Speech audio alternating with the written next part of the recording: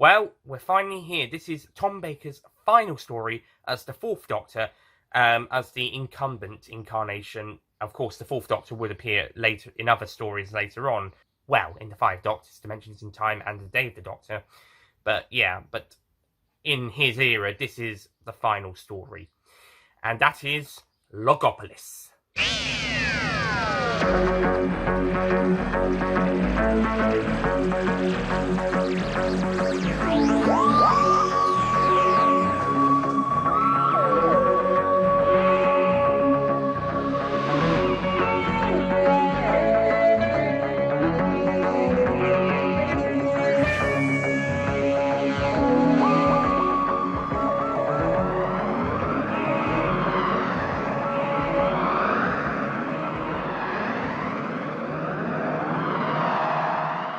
Hello ladies and gentlemen, Nick here, and welcome to my review of Doctor Who Season 18, Story 7, Logopolis. The final story of Season 18, and the final story to star Tom Baker as the Fourth Doctor, excluding his Doctor making reappearances later on, of course, but as an incumbent incarnation, as I mentioned in the introduction. This is his final story, and as the incumbent incarnation. So, Logopolis, how does it stand? Well, to me, it's at this point in the regeneration, so the first four Doctors, this is the weakest regeneration story. If we look back at the previous three, the 10th Planet, the War Games, and Planet of Spiders, they've been amazing, good, or at worst, really great. Logopolis is good. It's alright. I mean, there are weaker regeneration stories coming up later on in both classic and New Who stories, as well as also better, of course. But Logopolis is okay. Also, there's very annoying birds outside. Sorry about that. Shut up! Bloody things. So, Logopolis. It's good. It's good. The first episode doesn't really do much, though. I mean, the Doctor is trying to get measurements for the TARDIS, because there's a problem with it. He's trying to make it a bit more like the Master's TARDIS. He thinks the Master's been destroyed on Traken, but he then later discovers that the Master has escaped. The Master has arrived on a police box on Earth, and the same one the Doctor wants to go to, and takes over that, so he gives the Doctor a bit of trouble for a bit. Meanwhile, this wannabe air steward, this soon-to-be air stewardess, Tegan, is on her way to London Airport, although I don't know why she's on the Barnet bypass. It's 1981. The M25 was opened by that point. Go on that. That'll take you to Heathrow, which at the time was London Airport. Now it's London Heathrow Airport. So she and her Aunt Vanessa have to pull over on the Barnet bypass there because the car is damaged. And that's where the police box is that the Master is taken as a TARDIS, and then the Doctor is able to get around that, and then that causes a few complications. And it's actually not really much happening. There isn't really much going on with this, apart from the Master just messing around with the Doctor and killing a policeman, and also later Tegan's aunt when she comes to the police box. Not sure how he's able to frighten her so much. I mean, not really. I mean, maybe Beaver's Master, maybe, but Amy's Master, I don't know. Maybe just a laughing man wouldn't really scare anybody these days, would they? Like, maybe if he was pointing his tissue eliminator compressor at her, maybe she's worried that he's going to kill her.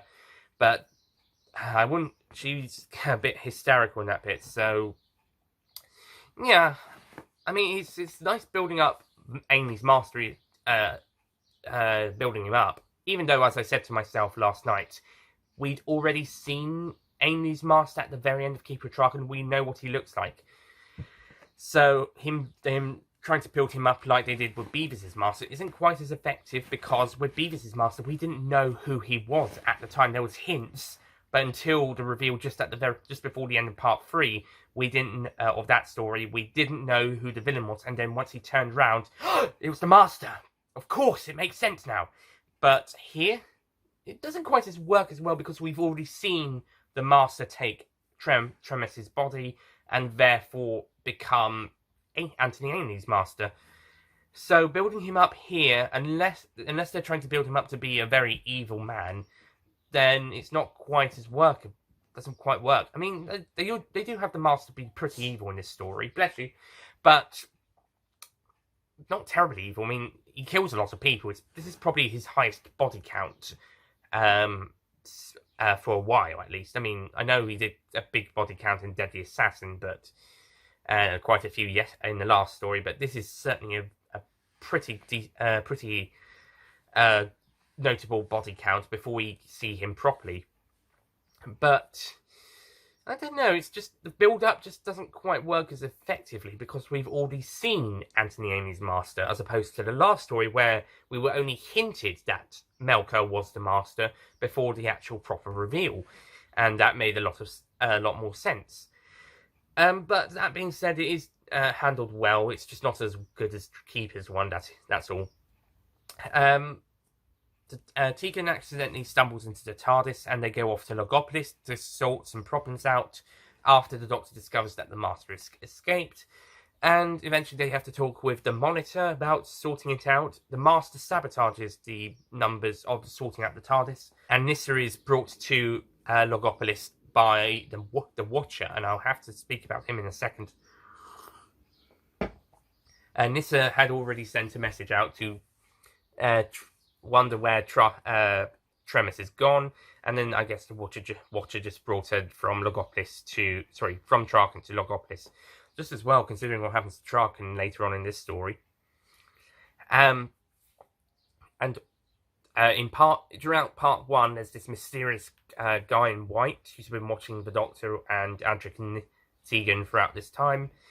In the next episode, the Doctor discovers who it is. It's the Watcher. Adric thinks it's the Master until in part 3 where they discover who the real Master is, and the Doctor also mentions that the Watcher is actually more of a friend. There isn't really any context of how the Watcher is created or how it all works as his own separate person, but his reveal at the end is pretty perfect. But how he can do all of this other stuff is a bit more questionable, besides watching, that is, and being the force, the power to help, to merge with the Doctor at the end to kickstart the regeneration. But I think the Watcher is a pretty foreboding character. It does give that sense of mystery and forebodiness, and once he tells the Doctor what's going on, the Doctor is pretty much accepting it. He's now a bit more moodier and a bit more afraid, but he pretty much accepts his fate once the time comes, and he still goes out with it as a hero, as opposed to the 10th Doctor, who pretty much whines and cries about it all the time. When he's told his story's ending, he starts crying about him dying, as opposed to the 4th Doctor, who's pretty much is a man and just keeps it all on the inside. He knows what's coming, but he's not going to show any emotion, much emotion about it. He's going to try and finish the job, and when the time comes, he's going to accept it. So actually, I think the 4th Doctor is when he knows death is coming, he actually takes it better than the 10th. Anyway, about end of part 2, start of part 3, we get to see Amy's Master in the full, and he starts attempting to sabotage Logopolis for his own gain.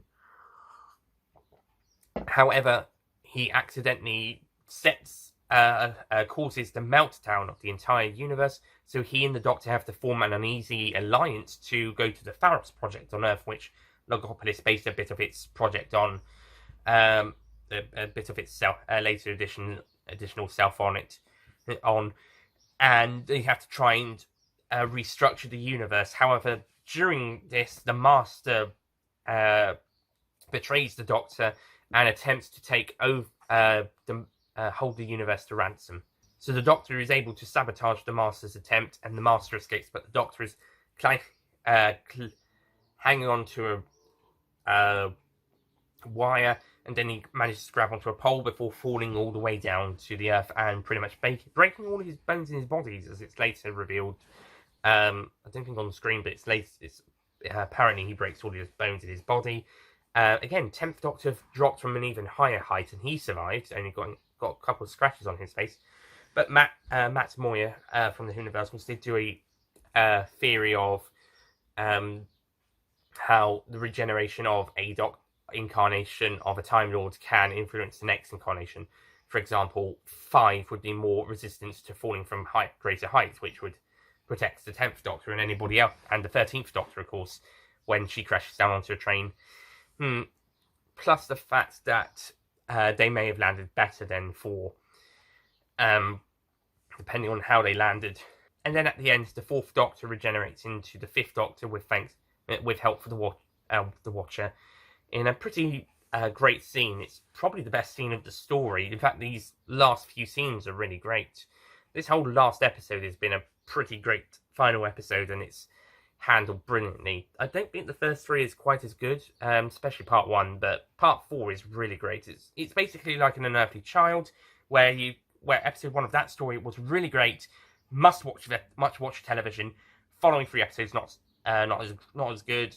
You don't need to worry about that if you're not going to watch it all the way. If you're not going to be continuing through the story, if you just want to watch how they all meet, how they all get together, episode 1 must watch. Episodes 2, 3, and 4 not as necessary. Here it's the exact same, except this time round it's the other way around, with part 4 being the best episode and the must watch television. 1 isn't that great, 2 and 3 get a bit better, and it's getting better as it goes along, but not quite that interesting. Dimmy Looming even claimed in their least top 5 worst regeneration stories that episodes 1, 2, and 3 was some of the most boring stuff you had to sit through before you got to part 4. And to be fair, they have a point. Part 1 there isn't really that much going on in part 1 that it doesn't relate to the Master, and there's a lot of stuff focused on Tegan. Some of it isn't a huge amount of necessariness. And then parts 2 and 3 get better. But part 4, brilliant episode with a brilliant ending. Whew. I do have to say, with the bits where the Doctor's reflecting on villains and companions throughout the 4th Doctor's era, going all the way back to season 12, I'm just wondering why the clips just pause. We have sort of a freeze on them. It's even more awkward with the companions. It just looks really awkward. I don't know why they edited them that way, but it looks a bit awkward. I actually like how the companions trying to encourage the Doctors to survive is done much better in case of Androzani before the Master turns up there, of course. I think that's handled better. Here it's just a bit of an awkward pause on them, awkward freeze. Some of them don't even finish saying Doctor before they're frozen. So maybe they were struck for time, but it's just edited a bit awkwardly. The flashback effect around them also looks a bit weird, but I will let that slide. It's just that they were freeze-framed a bit awkwardly. I also like how we got a clip from the Deadly Assassin Master instead of Amy's Master or Geoffrey Beevers' Master that the Doctor sees in his flashback. It's actually Peter Pratt's same predictable as ever Doctor. That was pretty cool, but wondering why they chose him instead of having an Amy or Beavers Master. But I suppose as it's a clip from an older episode, makes a bit of sense, and it gives Pratt another appearance in the show, uncredited and in flashback form, of course. They also chose to include the pirate captain from Pirate Planet for some reason, but sure. No sign of Sutek. By the way, no Sutek. Or Morbius. Why not? No Wang Chiang. I would say it's the most notable ones, but considering we're going as far back as season 12, some audiences probably wouldn't be as well known. We got a Dalek, I think we got Michael Wish's Stavros, and we got the Cyber Leader, and the Sontaran from Invasion of Time. That's about it, I think.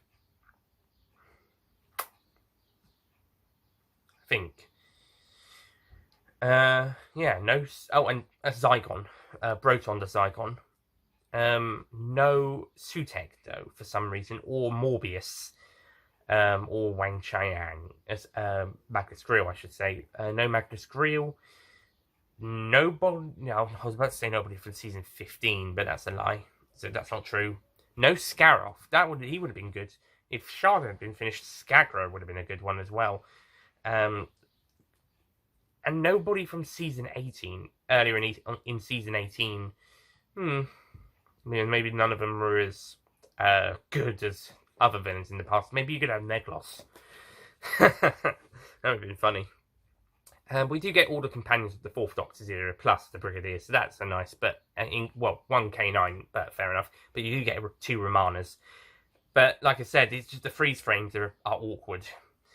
And I do have to say, editing in this story is a bit awkward, because throughout this story, more so in episodes 1, 2, and 3, especially in episode 1, you'll have a scene with some characters, then it'll cut to a scene with other characters, then it's going back to that other scene with some characters like Tegan and Aunt Vanessa are on the road fixing the car, then it cuts to the Doctor and Adric in the TARDIS, back to the road, TARDIS, car, investigating the police box, back and it keeps going back and forth, and it's unsymmetrical. Just have some longer scenes connected.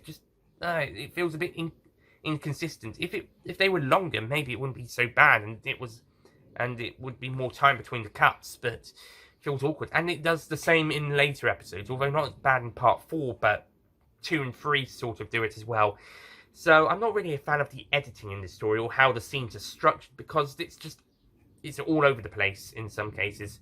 Plus, some of that Tegan and Aunt Vanessa chat stuff when trying to prepare the car, it just isn't that interesting or that necessary. It's there to see Tegan into the role, and gives them enough time before she comes into the TARDIS and before Vanessa then follows and gets killed by the Master. But the thing is, what they're talking about isn't that interesting. It doesn't even give that much backstory into Tegan. We already know she wants to be an air stewardess, and she likes and then we find out she likes planes more than cars. And she needs to get to Heathrow Airport, or London Airport as it was at the time, to get just before her first flight. And she knows a lot about aeroplane stuff when she's running around the TARDIS. But that's about it.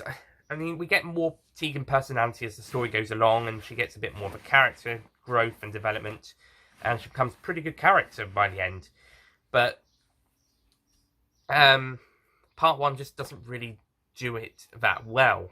Not that well, the scenes when they're stuck on the road anyway. I do have to say that throughout this season, Tom Baker has remained on point as the Doctor. I was worried going into this season that he might not be giving as good of a performance. And there is a video by 5 Who fans where 4 and 10 are played by Billy Tracy and Crystal D respectively, are trying to decide which of the 2 is better. And the fourth, Ford says, well, unfortunately you've caught me during season 18, so I don't really give a shit. Actually, I think Tom Baker still does give a shit throughout this season, as evident in my review of Warrior's Gate, where I said he and Lana Ward were the ones who gave the most amount of care to that story. They were the ones who cared the most in that story, hence their great performances. So I think Tom Baker's been giving a great performance all season, despite all the changes that were happening, despite all his problems with said changes, despite apparently having Turkish flu, according to the season 18 booklet, Blu-ray box set booklet. And considering all of these problems and some other personal ones he may have had at the time, he still stuck like a pro and gave us 7 last fantastic performances. And I thought this would be his weakest season performance-wise, but no, he still got it. He still got it, and he gives one final amazing performance in this story. Even his mood in this story actually helps his character, partly because it's also maybe because he knows he's going to die. He's not as happy as he used to be, and that makes a lot of sense. Once he's talked to the Watcher, he's not that happy. He knows he's going to die. He's expecting it to come soon, and he's not in a good mood. Of course, you're not going to be in a good mood if you know you're going to die. I mentioned earlier, like with the 10th Doctor, he was crying about it or whining about it when he knew he was going to die. He was dreading it. Here, he's dreading it, and you can see it in his face. He's not in a good mood. Plus the fact that once the Master's plan goes into effect on Logopolis, things get really troublesome and get very serious. This is supposed to be 4's most serious season, and I would disagree with that, because as an attempt to make the stories more serious, I actually think the more serious season was 13 or 14, because they went for more darker gothic horror stories with with a fun but pretty serious at times incarnation of the Doctor before he was made a bit more camp, well, not camp, comedic in the following seasons. But I do think this is the most serious the Doctor has been since around season 13-14 time. And I think this is a great way to bring back that seriousness into the role with this. I do have to say, we don't get that as much of a scale of the end of the world scale until we actually see a couple of planets disappearing, like Traken in part 4.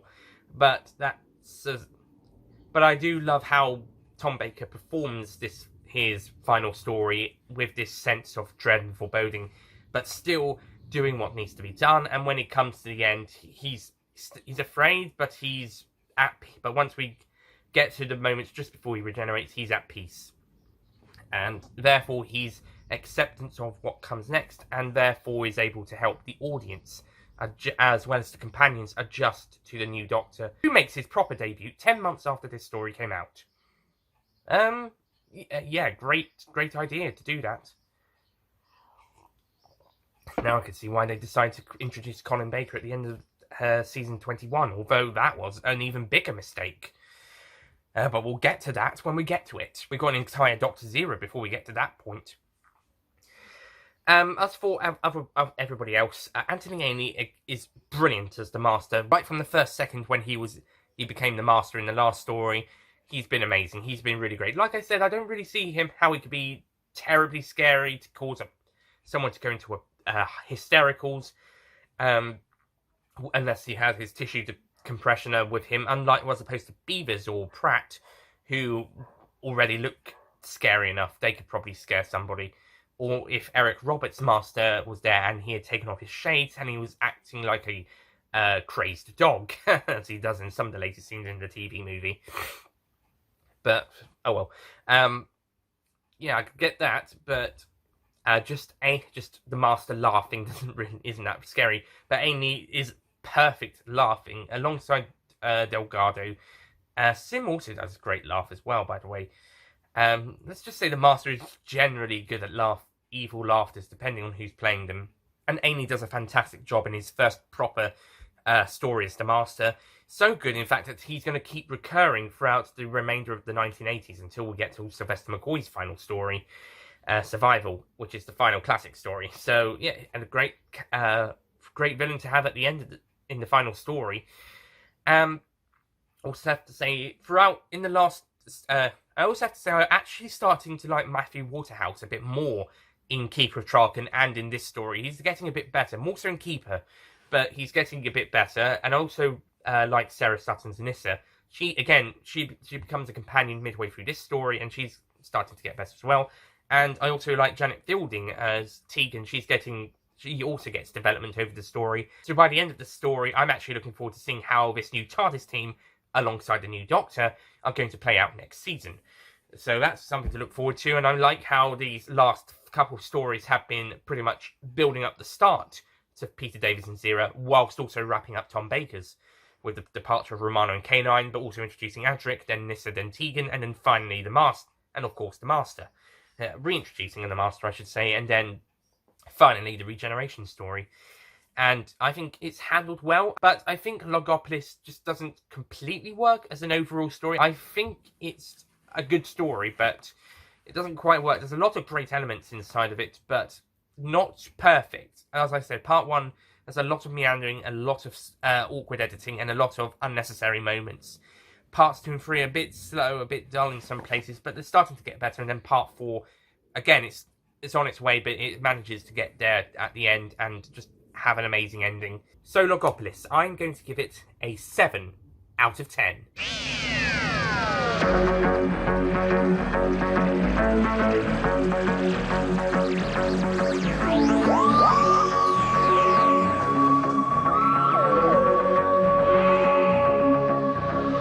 It's a perfect ending for the 4th Doctor, and at this point of the first 4 Doctors, it is the weakest regeneration story. However, it's still a really good way to end it. I mean, well, a good way to end it. I was actually considering whether this story was actually better than Full Circle, come to think of it, because I think Full Circle actually does a few things that I mentioned a little bit better. I think it does do some things a bit better than Logopolis. So, but on the whole, Logopolis is a good way to end off the Fourth Doctor's era, and wow, what an era we've had. We've had so many ups and a couple of downs, but mostly ups. I mean, quite a lot of 10 out of 10 stories this season. A couple of duds, but mostly brilliant. And this story ends the longest running Doctor's era on screen. Of course, Sylvester McCoy and Paul McGann overall are longer eras, 9 to 10 years in length. In fact, McGann, if you took out McGann is about 9 years 10 months if you take out Night of the Doctor. So that's just us incumbent incarnation at the time. So for those two, it'd be mostly during the Wilderness years. But on screen, it's just the Fourth Doctor. It's still the Fourth Doctor after 1981 is the end of his season. It's been nearly 30 years since the end of his era, and nobody's beaten him yet. Most of them are only doing 3 years at the moment. Some of them not by choice, some of them but most of them are by choice, 3 or 4 years. And Tennant is about 5 and a half years or so, but he only did 3 series, which is a thing. It seems to be 3 series, 4 years for the new series Doctors at the moment, at least with Tennant, Smith, and Capaldi. Although Tennant was 5.5, but 4 to 5.5 years, roughly. So yeah, I'm actually hoping Whittaker is actually going to do more. Just hope the characters developed a bit more as well. We'll see how it goes. In the meantime, Tom Baker is the longest running incarnation on screen, with McCoy. I think McGann, actually, it's McGann who takes it overall, but he only got one on-screen story, 2 actually, if you include Night of the Doctor, but that came out after his his incumbency. But on-screen wise, it's definitely 100% Tom Baker. No argument there. So that ends the reign of the longest on-screen incarnation of the Doctor. Yeah, that's about it from season 18 as well, by the way. Which means 2 things. First of all, we've got the season 18 ranking next. And then after that will be a ranking of the top 10 Fourth Doctor stories. Well, my personal top 10 Fourth Doctor stories. And also around that time, I'm going to be re-reviewing K9 and Company, A Girl's Best Friend, because I did a review on the Universals in 2016, but that video got taken down last year. So I'm going to be re-reviewing K9 and Company, A Girl's Best Friend, to replace that video. Then that will be going up on the Universals. It will not be. It's technically a remake of an older one, so it's not really going to be a new one. It's just a remake. That's all. But it might be treated as a new one, so it might actually go public instead of unlisted. But if it is unlisted, you can still find it in my playlist on the channel. So yeah, I'll be doing K9 and Company, A Girl's Best Friend, after the rankings, and there'll be a link video from this channel.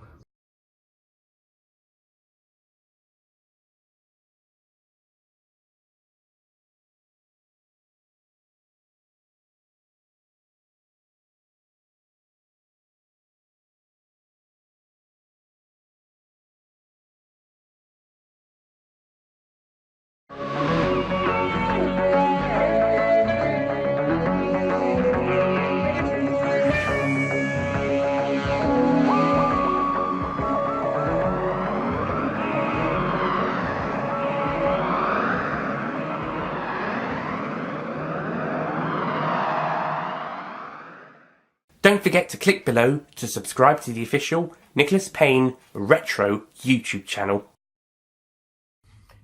Well, here we go. Tom Baker's final story as the Doctor. Well, here we go. This is the final Fourth Doctor adventure with Tom Baker as the current incarnation. Well, here we go. This is Tom Baker's final story as the Fourth Doctor, as the consecutive incarnation. Sorry, not consecutive, incumbent incarnation. Interventions in Shada. Well, in dimensions in time, the 5 Doctors. Hello, ladies. So,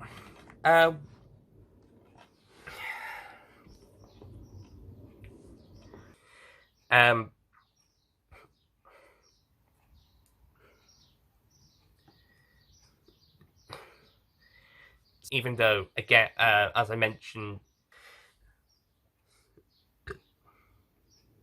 excuse me, but that's about,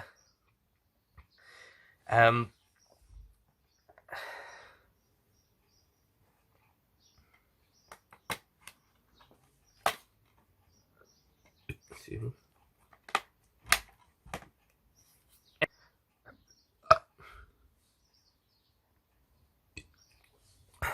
Fucking burps.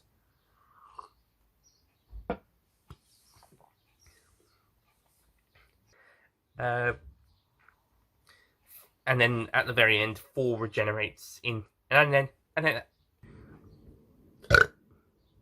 fucking burps.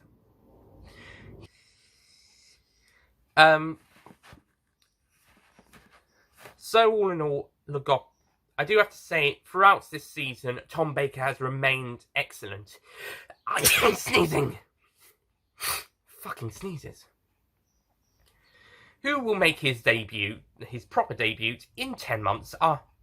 We got an entire Doctor before we get to there. Right from the very second at the last story where he was introduced.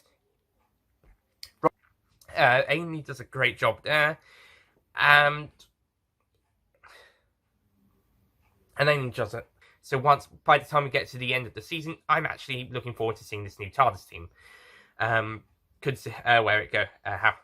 I just have. I think it's a great regeneration at the. So on the whole, Logopolis, I'm going to give it a 7 out of 10.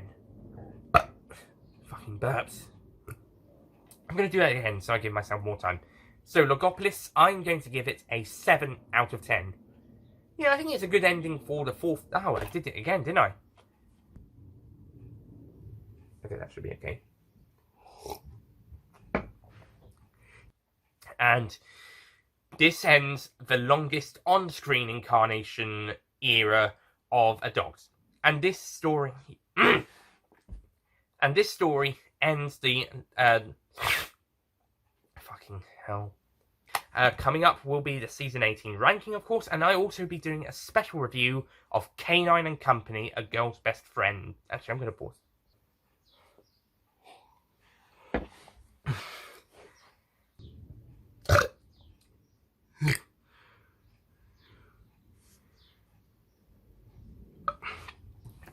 Following that, we will start the 5th Doctor's era and Season 19 with Castrovalva, the first